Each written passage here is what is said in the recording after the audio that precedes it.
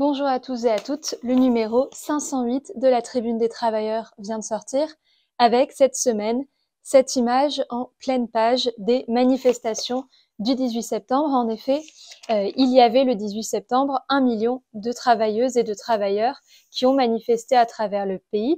Nous avons mis dans les pages d'ouverture des comptes rendus de ces manifestations et nous avons aussi décidé d'ouvrir le journal cette semaine sur des correspondances de lutte des classes, des correspondances de travailleurs, de travailleuses qui racontent comment, dans leur service, ils discutent pour organiser la mobilisation autour de leurs revendications et surtout organiser la mobilisation dans l'unité entre les travailleurs et les organisations syndicales. Mais donc, pour revenir à la une de cette semaine, nous titrons « Pour la Sécu, les services publics et les salaires, confisquer les 300 milliards servis par l'État chaque année aux capitalistes ».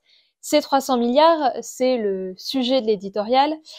Deux journalistes du Nouvel Observateur viennent de publier un livre consacré aux aides publiques de l'État aux entreprises et on apprend dans ce livre que ces aides publiques s'élèvent en vérité à 300 milliards d'euros servis par l'État chaque année aux capitalistes, les plus fortunés étant les plus aidés. Et les auteurs de cet ouvrage expliquent que ces aides fleurissent aussi bien sous les gouvernements de droite que sous ceux de gauche. Et l'éditorial explique donc ainsi: pour gérer l'économie capitaliste dans le respect des institutions anti-ouvrières de la Ve République, chaque gouvernement, quelle que soit sa couleur, s'inscrit dans la continuité des précédents, et cela sans rupture aucune. Et ce que l'éditorial explique, c'est que cette rupture ne saurait naître du seul départ de Macron et de son remplacement par un autre président quel qu'il soit, pour restituer au peuple travailleur les centaines de milliards qui lui sont volés chaque année par les capitalistes, mais aussi qui lui sont volés par les augmentations faramineuses des budgets de guerre. Il faudra bien briser le carcan de cette 5e République capitaliste anti-ouvrière et ouvrir la voie à une République au service des travailleurs et de la jeunesse. Mais cette rupture, qui peut l'imposer? Eh bien, ce sont les travailleurs par leur mobilisation. Oui, c'est bien la question de la préparation de la grève générale qui est posée en ce moment dans ce pays.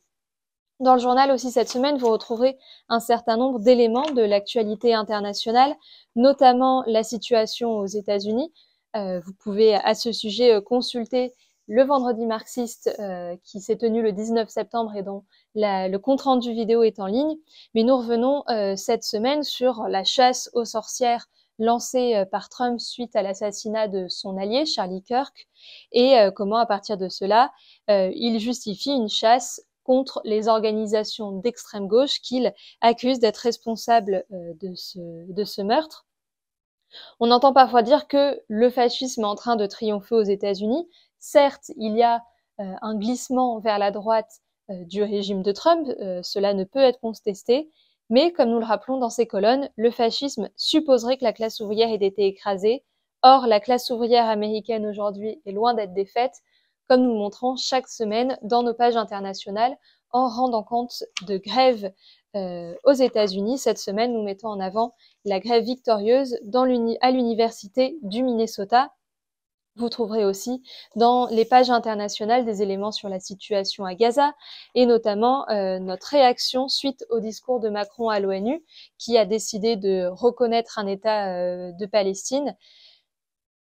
Nous expliquons que cette déclaration de Macron n'aura aucun effet puisque la logique du sionisme exclut tout État palestinien aussi minuscule soit-il, et l'article explique qu'il n'y a pas de place pour deux États si l'un a pour vocation d'opprimer et d'étouffer l'autre, il n'y a pas de place pour deux États si l'un est fondé sur la spoliation de l'autre, et c'est pour cela qu'il ne peut y avoir de solution démocratique que sur la base de l'établissement d'un seul État laïque et démocratique sur tout le territoire historique de la Palestine. Voilà quelques-uns des éléments que vous pouvez retrouver dans ce numéro. Vous pouvez vous le procurer auprès des militants du Parti des Travailleurs et surtout vous abonner pour être sûr de recevoir tous nos numéros. Mais surtout, élément très important, notez dans votre calendrier cette date, le samedi 4 octobre à 14h30 à l'espace Charenton. Nous organisons un meeting ouvriers et jeunes. Y prendront la parole des travailleuses, des travailleurs, des militants syndicaux, de l'enseignement, des hôpitaux, de la SNCF, de la sécurité sociale, des salariés confrontés au plan de licenciement, des étudiants, mais aussi des militants de Palestine, de Russie, d'Ukraine, des États-Unis, des militants du Parti des Travailleurs et de la Fédération des Jeunes Révolutionnaires. C'est le 4 octobre à 14h30 à l'Espace Charenton. Et on se retrouve la semaine prochaine pour le prochain numéro de la Tribune des Travailleurs.